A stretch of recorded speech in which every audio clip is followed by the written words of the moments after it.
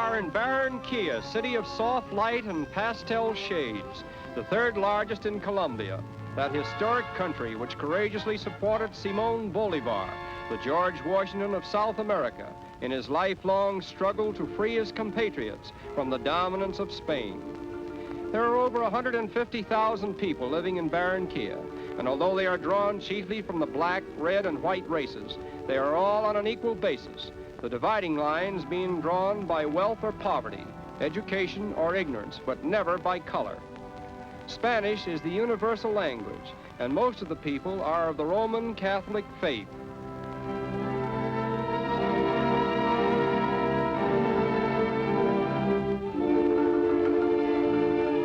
The city of Barranquilla was founded in 1629, but attracted no attention as a commercial center until about the middle of the 19th century, when efforts were initiated to secure the trade passing through Cartagena on the Caribbean coast.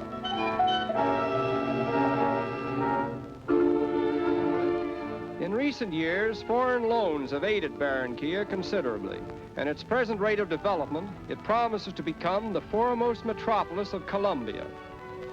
Its ideal situation on the Magdalena River, a few miles inland from the Caribbean Sea, makes it a natural gateway to the interior of Colombia, which is rich in natural resources, including petroleum, coffee, cotton, and bananas.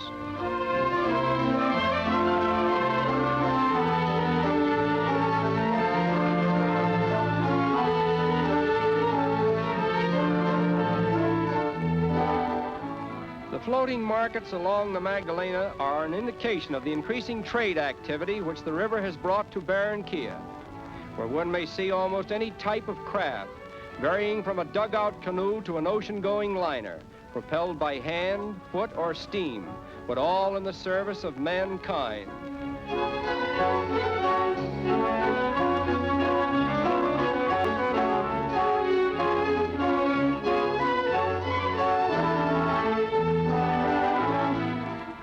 Colombia's export of bananas is said to be greater than the combined output of all other South American countries, and a vast amount of these bananas are transported down the Magdalena River and out into the world by way of Barranquilla.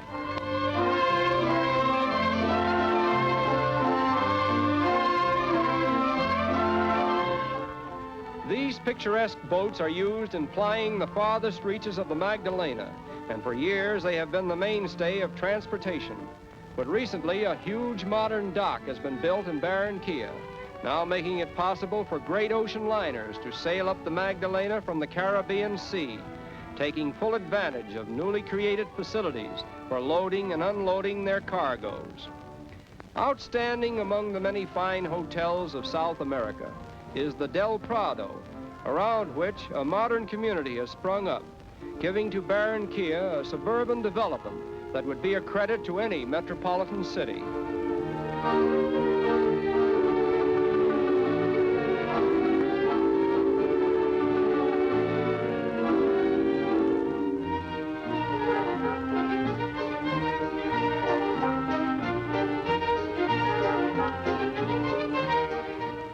And it is here that we have the pleasure of meeting some of the more attractive members of the aristocracy of Colombia, which is made up largely of descendants from the original Spanish families who settled in South America and bestowed upon their children the romanticism and culture of old Spain.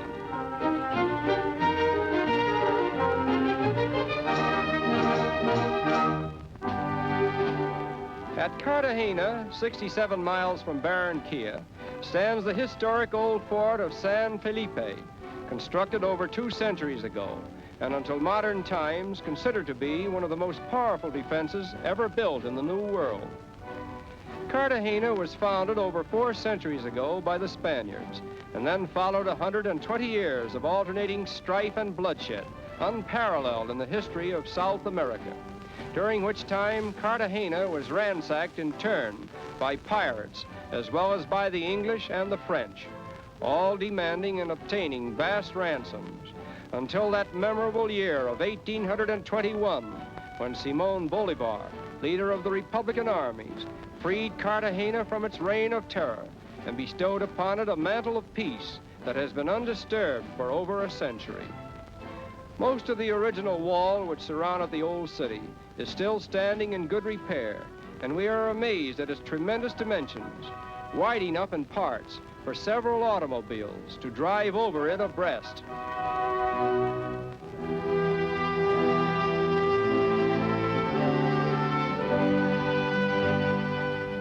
Aside from an overabundance of rain during the rainy season, which happened to be at its peak during our visit,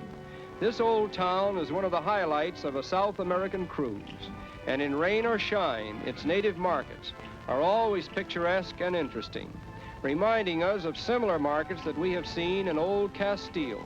from whence originated so much of what may be seen in Cartagena at the present time.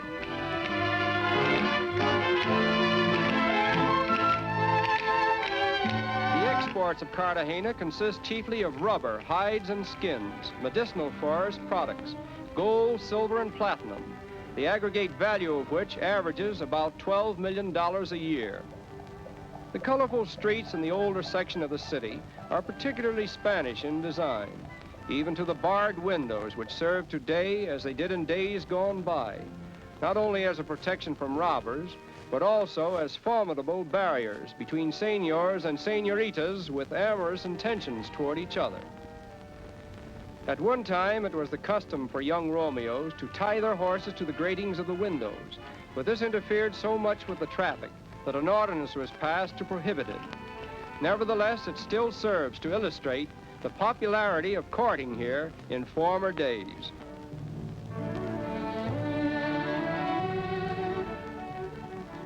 But now the time has come to say farewell to old Cartagena, where strife and bloodshed once claimed the prolonged attention of a so-called civilized world.